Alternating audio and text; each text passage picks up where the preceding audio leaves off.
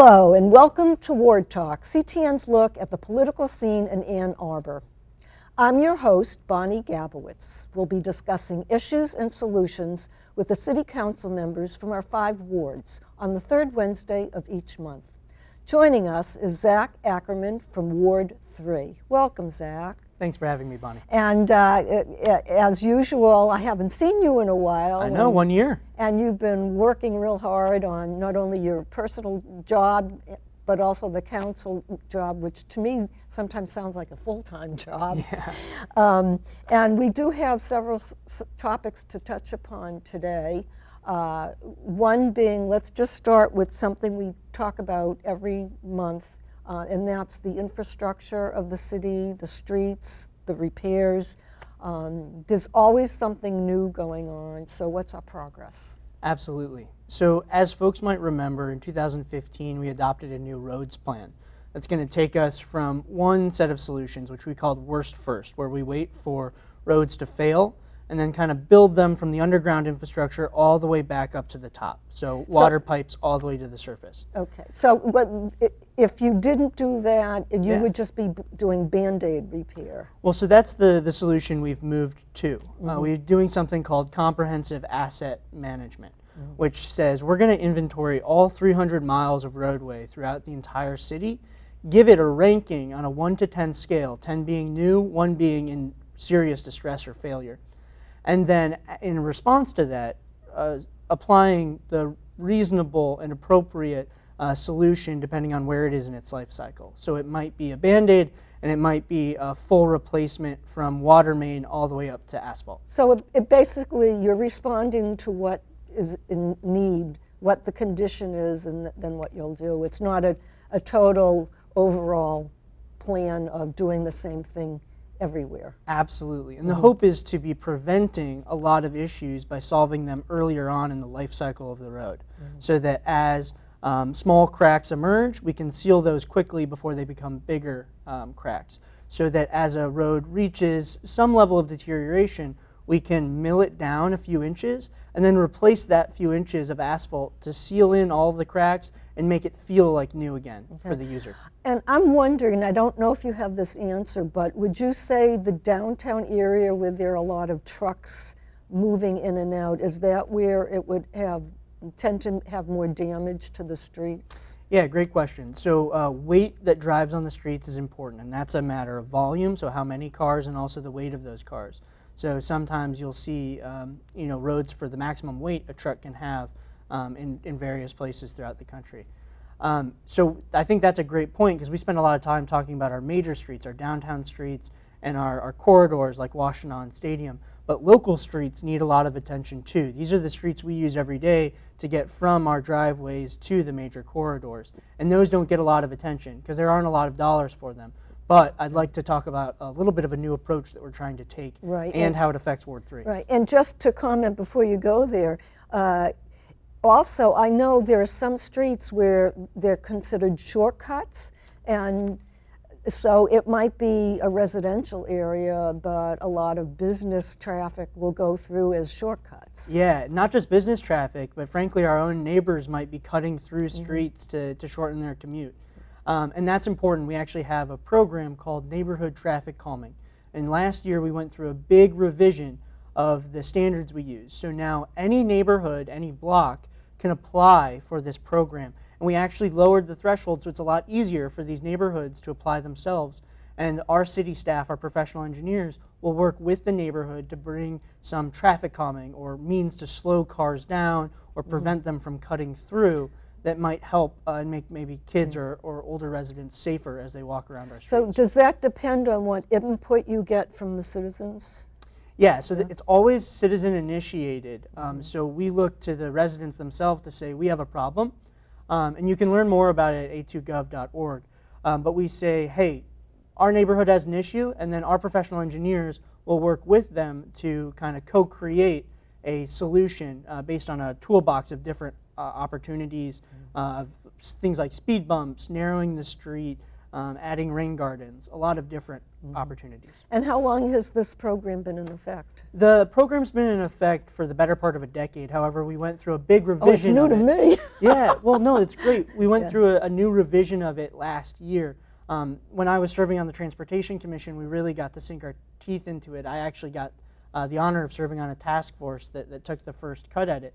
But it's a lot better now, and it's a lot easier for neighborhoods to find the solutions they need, because we used to have a really high threshold or requirements, and now we've lowered that to allow neighbors to more easily get into this program.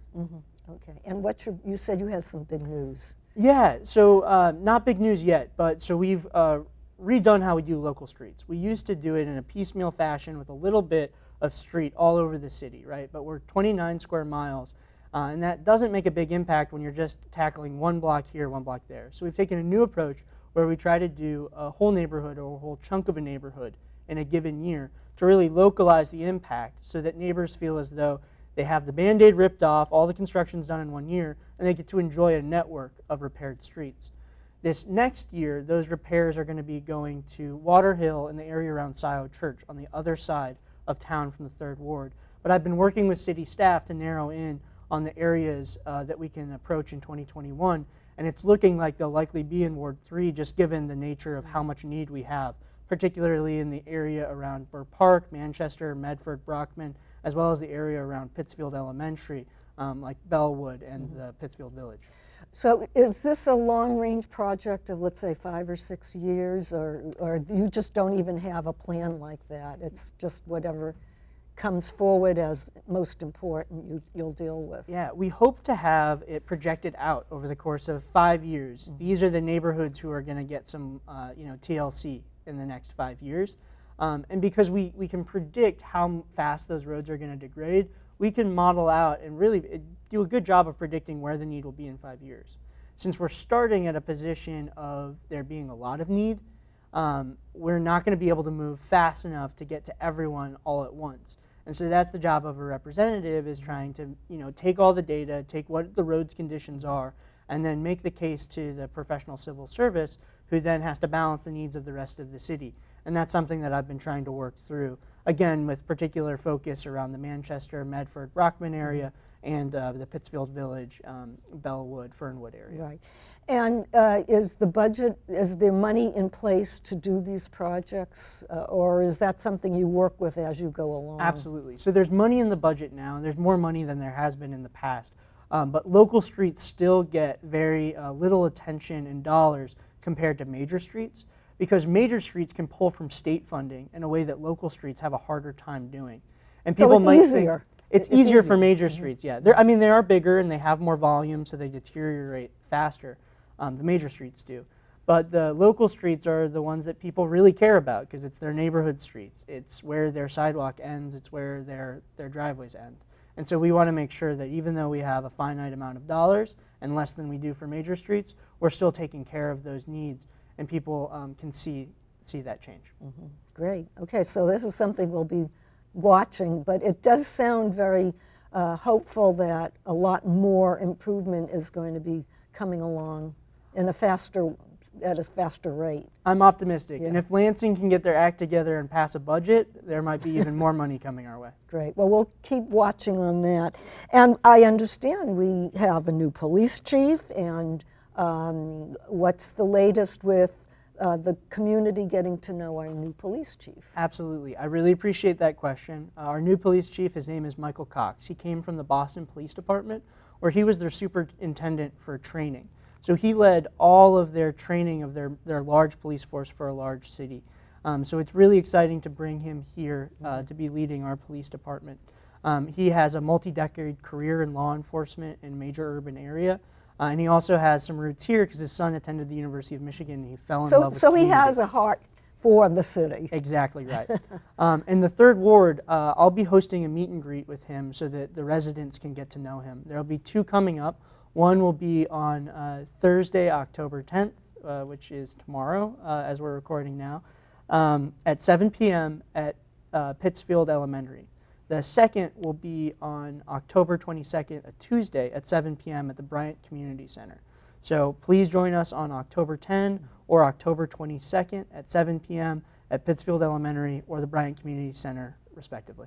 Okay, and what is exciting about the energy and the focus that he has in terms of, I know that we want to segue into the Independent Police Oversight Committee because this is all part of it, but from my understanding, the city is wanting to have more engagement with the community and really improve the relations. So tell us a little about that. Yeah, absolutely. So two very exciting changes happening at the same time in policing for Ann Arbor. On the one side, we have an Independent Police Oversight Commission who's going to be, I think, a better conduit between the community and the police department to really challenge and help advise on how they should be changing their policies and procedures to better policing and increase how communities, particularly communities of color, feel welcome by the police department. And I just want to say that I looked at the roster of who's on the committee and what their background is, and I was quite impressed that we have so many citizens who have the background experience and ability to really evaluate and communicate. And I would like to continue this when we continue in our second stage of the show because it's very exciting. That sounds great. Great. So we want to hear from you. So please email us questions to ctn@a2gov.org or tweet us at #CTN in Arbor. We're taking a break now and we'll be coming back with more from Ward 3 and Zach Ackerman.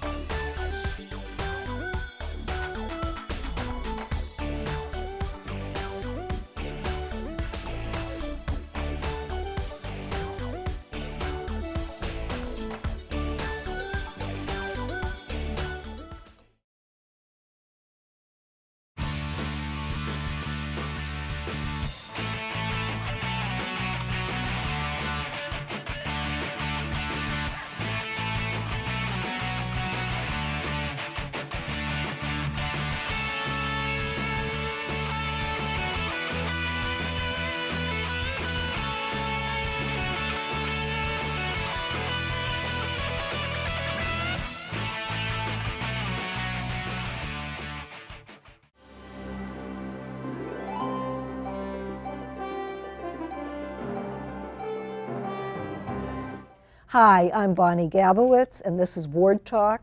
I'm talking with Zach Ackerman from Ward 3. And we were just talking about the Police Oversight Commission and the fact we have a new police chief and we have some new energy going on and some new goals.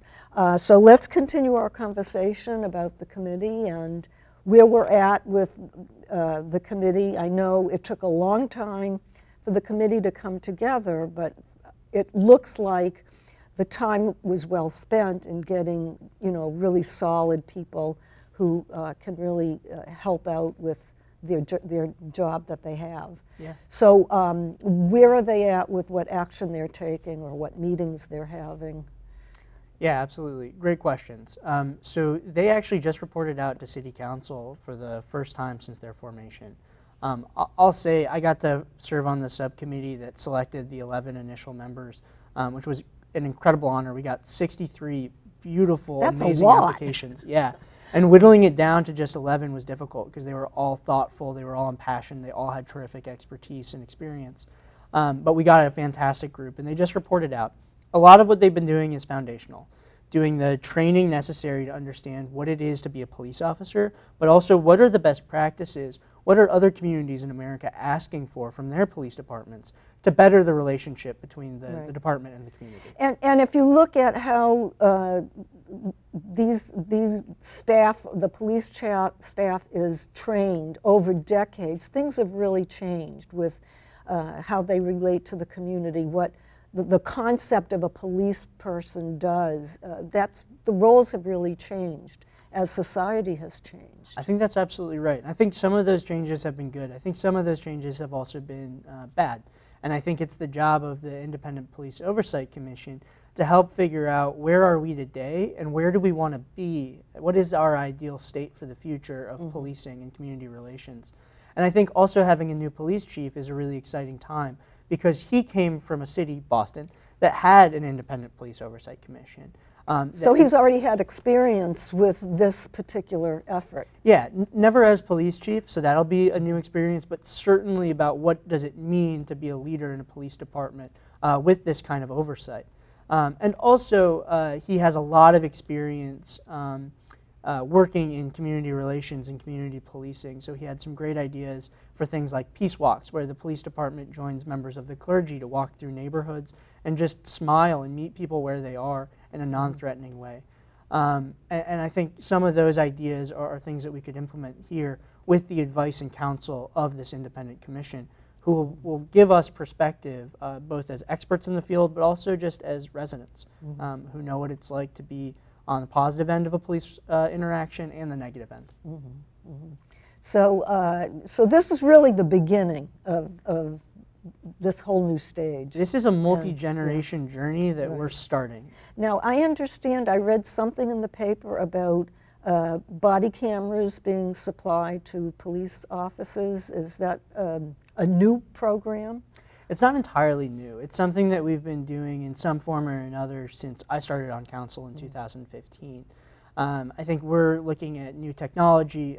The Independent Police Oversight Commission is also looking at what are the best practices and the legal frameworks around how can an oversight body examine that kind of footage in a way that protects the rights of witnesses, victims, et cetera. Right, and I know there was a little bit of confusion in terms of understanding that the committee people, they don't do the job of standing over officers and telling them you did this right, you did this wrong. They're not taking on that kind of a job. It's a lot more sensitive, and I think there was some confusion at the beginning as exactly what is their role. So that's really been cleared up.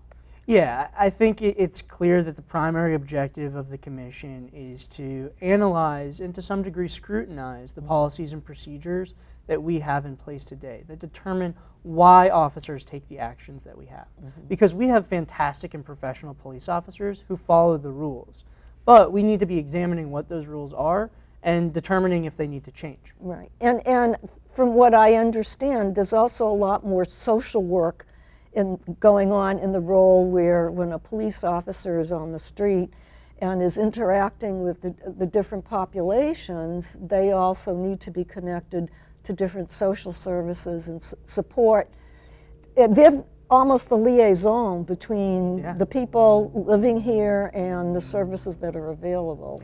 Absolutely. I mean, just the word social work, I think you hit it out of the park. I think something that we need to explore more is, do we need to bring social workers on staff in the police department to help strengthen those muscles through training, but also to provide casework? Because a lot of the people who have frequent interactions with the police department or frequently need to call for service are people with mental health issues.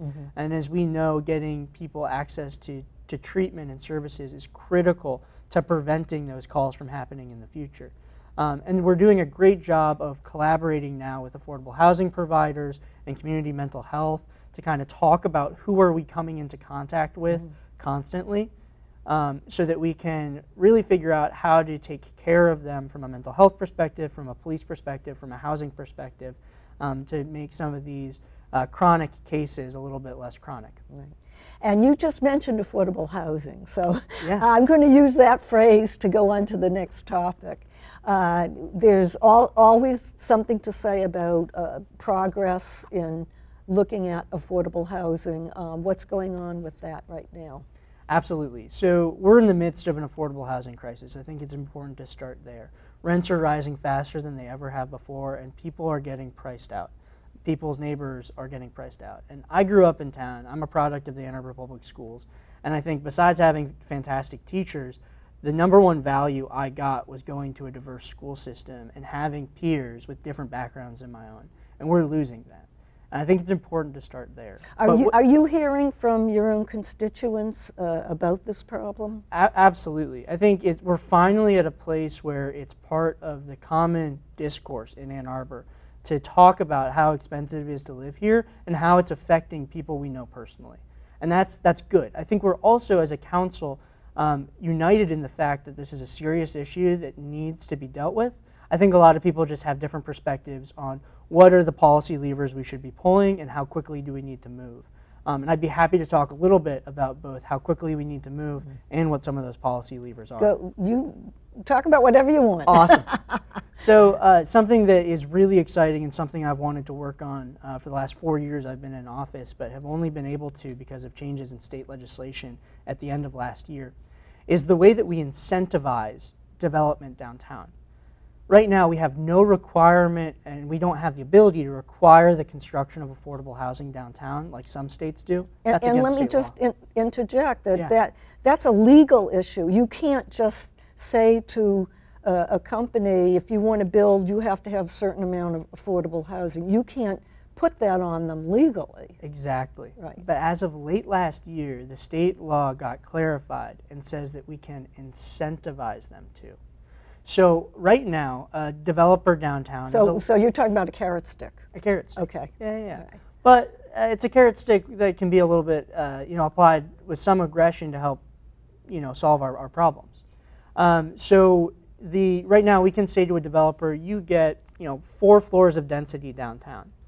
But if you do X, Y, and Z that meets community needs, we'll give you an extra 3 floors, 4 floors, 5 floors. And so right now, the way that we're incentivizing developers to get more density is simply by, if you build more market rate residential downtown, we'll give you more density. I think that made sense 10 years ago when we came up with that incentive. I don't think it makes sense today. As we look back, all these buildings, 90% of them are residential. And what we need is affordable housing. So let's curb that back. Let's say we're no longer going to be incentivizing market rate residential, but instead we're going to be heavily incentivizing affordable housing. And so we're going to start with, allowing, and just to use a round number, a 4-story building, a 7-story building, and then if you build 15% of your building as affordable housing, we'll give you an extra couple stories. And just to interject, when you say affordable housing, Yeah. there's a specific guideline as to what that means Yeah. in terms of what income level people have and what opportunity they have. I appreciate that. It shouldn't just be a buzzword, so let me define it a little bit more clearly. There's an equation, but essentially it's affordable for people who will make 60% of the median income of the county, which, to put that into perspective, is about $36,000 to $40,000. That's people who are assistants to physical therapists, maybe work as technicians in the hospital, are office administrators, are first-year public school teachers, right? These are people who actually right now can't afford to live in the city and are being pushed to live in places like Ypsilanti, Pittsfield Township, or the surrounding areas, even as far as Chelsea or South Lyon. Okay, so what stage are we in? Are we just discussing it right now, or exploring Yeah. how to do it? So in March, I introduced a resolution that was passed unanimously by council to direct the Planning Commission to draft these new ideas into law. And so the Planning Commission over the last 5 months has drafted them, and now they're in front of City Council, which is really exciting because we're going to be able to learn from the last 10 years, stop incentivizing the stuff we no longer need to, and really focus developers on solving our community's needs, which are housing for the people who work here. And that's an exciting thing. So the next time it'll be up before City Council is at the beginning of November, and we'll have the opportunity to vote that into law, and I hope that we do. Okay. And speaking of November, we have a school vote coming up. When the couple of minutes we have left, this is a very important vote. It's new. It's different from other votes we've had. So tell us a little bit about it. Absolutely. So this is about the Ann Arbor Public Schools, which are ultimately governed by the school board and not City Council, which is an important piece of clarification for a lot of people out there. But this is a bond millage. Essentially, the school district needs to borrow $1 billion with a B of money for a few more zeros. Yeah, exactly. For construction of facilities, for infrastructure that's going to allow them to grow and meet the changing needs of students. The vote will be on November 5th, and people can learn more at a2schools.org/2019 bond. And they can get more information, but a very important vote at that. Yeah, it's one of the Right. biggest yet. And if people have more questions, I encourage them to reach out to representatives on the school board. Well, we've covered a few really important topics, and I look forward to seeing you again. And hopefully there'll be a lot different news when we meet again. I'll look forward to it. Great. Remember to join us for a new episode every third Wednesday of the month. We want to hear from you, so please email us at ctn@a2gov.org. Attention, Ward Talk. You can also follow CTN and ask questions on Twitter at twitter.com/CTN in Arbor. We'll make sure to include your questions. For Ward Talk, I'm Bonnie Gabowitz. Until next month.